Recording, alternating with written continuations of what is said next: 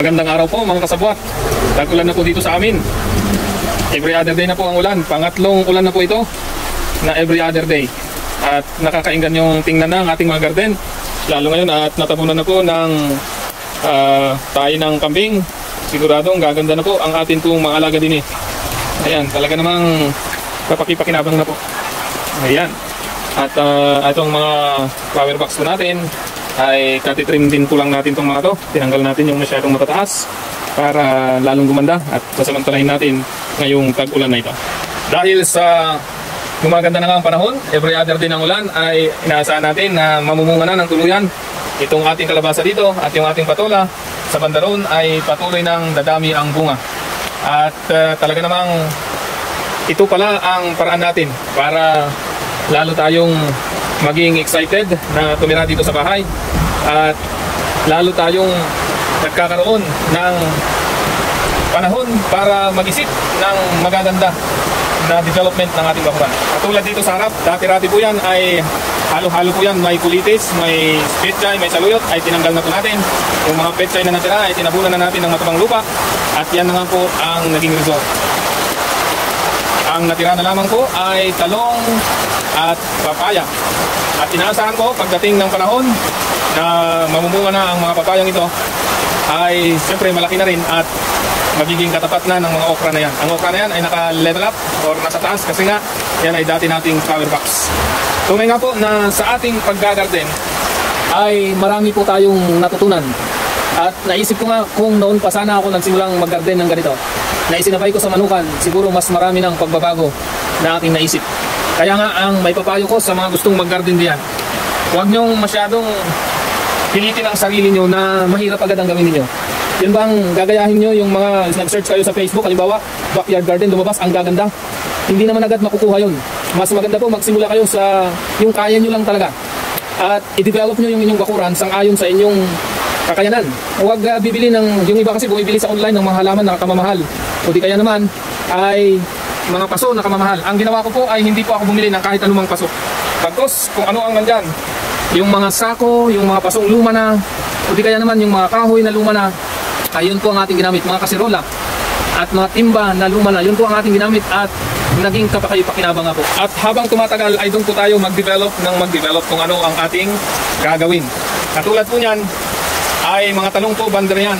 At yun po ay nade-develop na natin ng nade-develop. Dito naman po ay kamatis at talong. Dati po ay itong flower box lang ang nasa harapan, pero dahil inisip ko sayang itong space na ito, ay tinamganan nga natin ng iba't ibang mga gulay dati dito.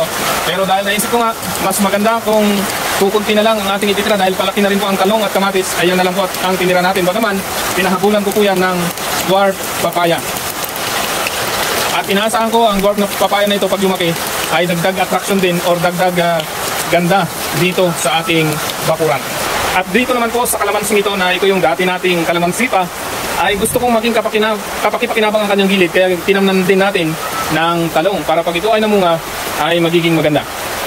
Pansinin po ninyo, ito pong ating flower box dati dito sa mismong terrace, ito po yung ating terrace, ay tinamnan na po natin ng iba't ibang mga gulay katulad ng luya at mayroon din pong kalabasan na ito na nga po yung umaakyat natin. At mayroon din po yung mga sitaw. At namumunga na po yung mga sitaw natin at marami na nga rin po tayong naani dito. Ganyan po tayo maggulayan. At alam ko po na habang ginagawa natin ito ay ang laki na po ng naitulong sa atin personally. At ito na yung isa sa pinakamagandang nagawa ko ngayong taong 2024. Sapagkat tayo po ay sobrang nakinabang na sa ating ginagawang ito. Marami na tayong na-develop na mga bahagi ng ating bahay dahil sa ating backyard garden. Kaya kung ikaw ay hindi pa nakapagsimula ng iyong backyard garden, i-encourage kita. Magsimula ka lang, sabi ko nga, kahit sa mga libreng mga bagay.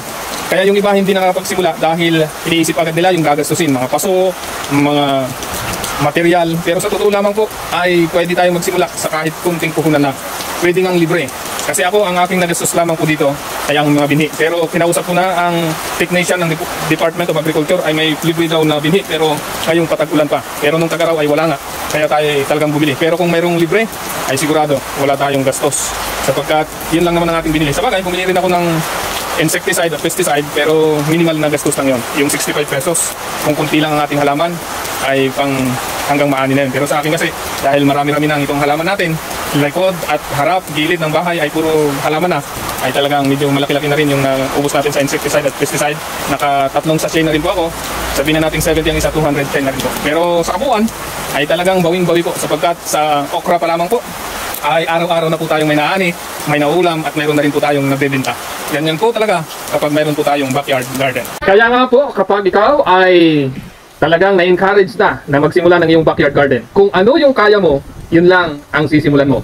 Huwag pipilitin sa mga mamahaling mga gulay, prutas, halaman na iuutang mo na ang pambili dito para lang mapaganda mo ang iyong gulayan. Pwede kang magsimula ng libre. Kung walang-wala, doon ka sa libre. Pero kung mapera ka naman, ay pwede kang bumili ng kahit mamahalin. Basta may papayo ko, simulan mo na para ang iyong bakuran ay lalong gumanda ng gumanda. Dahil tayo ay nagsimula din sa pakunti-kunti, hanggang ngayon dumadami na at padadamihin pa natin, paghagandahin pa natin galing sa iba't ibang mga recyclable materials. Pero kung kaya na natin bumili ng magagandang paso, magagandang mga halaman, ay gagawin natin yun. Kasi may plano pa po ako na bumili ng magagandang orchids para halo-halo po ang ating pong itatanim dito. May orchids, may gulay, may prutas at mga namumulaklak na halaman. Para pagpasok mo pa lamang sa iyong bakuran, ay kaigaya-gaya na masasabi mong ito'y garden na ating pinagsikapan. Ito ay talagang magbibigay sa atin ng saya, sapagkat iba ang saya kapag sarili mong pinaghirapan ang nakikita mo sa iyong bakuran. Iba po kapag binayaran mo lang, iba po pag binili mo lang, iba kapag ikaw mismo ang nagtanim at ikaw din ang nagpapatubo nito, nagpapalaki hanggang sa ito'y mamunga at ito na ay nagiging kapaki-pakinabang. Kaya nga po, ito po ang aking garden. Ikaw, kumusta po ang iyong garden? Alam ko, kung kaya ko, mas kaya mo pa at mas higitan mo pa ang ating ginagawa. Maraming salamat po sa pagsuporta sa ganitong mga gawain. Ipagpatuloy po nating pagandahin ang ating mga bakuran para maging sustainable sa pangangailangan ng ating pamilya. Bakit kailangan mong mag-subscribe sa channel mo to? Ang channel mo to ay nagsishare ng mga video tungkol sa pakikipagsapalaran sa buhay. Kaya channel mo to dahil ito ay para sa iyo upang makarelate ka na hindi ka nag-iisa kapag may problema ka. Dahil may mapapanood ka dito ng mga video na nagpapakita na may problema ang bawat tao. Pero pwede natin gawin itong stepping stone para magtagumpay. Kaya't may inspire tayo upang makamit natin ang tunay na kaligayahan. Ang channel motto ay may tawagang kasabwat, sapagkat ang nais natin ay gawing positibo ang mga inakala nating mga negatibo, katulad ng salitang kasabwat, pangkaraniwang ginagamit sa negatibong sabwatan. Pero hinihikayat ko po kayo na tayo ay magsabwatan upang patuloy na umunlad ang ating buhay. Gawin natin positibo ang lahat ng mga bagay na nangyayari sa ating buhay. Ang channel mo to ay nag-upload at mag-upload pa ng mga inspirational video tungkol sa iba't ibang karanasan na ating pinagdaanan at pagdadaanan pa. Tayo po ay punong-puno ng karanasan na pwede nating i-share upang maka-inspire. Ang channel mo to ay one-man channel. Ako po si Noriel Felipe, ang nagpapatakbo nito. Bagaman maliit na channel na ito, pero ipinapangako ko sa iyo, ang maliit na inakala mong hindi mahalaga, ito po ay napakahalaga upang ikaw ay ma-inspire na katulad ko. Ipinanganak ako na mahirap pero nagsikap. Nag-aral sa iba't ibang paaralan katulad ng University of the Philippines or UP at sa Adventist University of the Philippines AUP upang lalo nating mapaunlad ang ating kaalaman. Nag-seminar din po tayo sa iba't ibang lugar katulad ng mga karanasan natin sa Department of Education at tayo rin ay nag-seminar sa iba't ibang bansa. Nagturo sa Department of Education at nagturo rin sa Macau, China. Ang mga karanasan na ating pinagdaanan ay humubog sa atin upang maging inspirado tayo at lalo naman tayong makaka-inspire ng mas maraming tao. Nagnegosyo po tayo sa iba't ibang larangan katulad ng buy and sell ng hayop, restaurant, at maging ang backyard garden ay ating pinagkakakitaan. Marami pa po tayong ibang mga pinasok na pwedeng magkakitaan. Pumasok din tayo bilang administrative assistant sa barangay hall ng San Agustin. Lahat ay ating gagawin upang maging masaya at makapagpasaya sa ibang mga tao. Nais ko pong i-share sa inyo ang mahalagang pangyayari na pwede tayong makarelate. Kaya't kasabwat, ano pa ang hinihintay mo? Please subscribe. Sikapin natin magkipagsabuatan sa iba't ibang subscriber at viewer ng channel mo to upang lahat tayo ay sabay-sabay na umasenso.